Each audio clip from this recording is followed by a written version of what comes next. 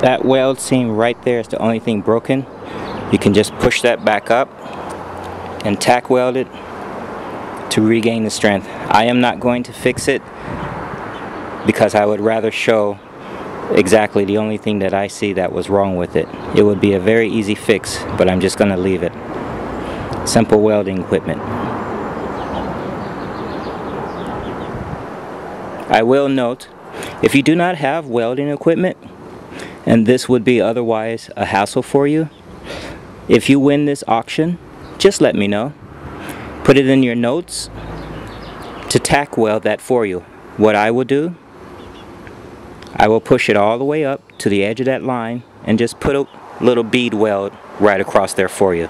It's really no problem. I just want people to know exactly what they will be getting and exactly anything that would have been fixed on it.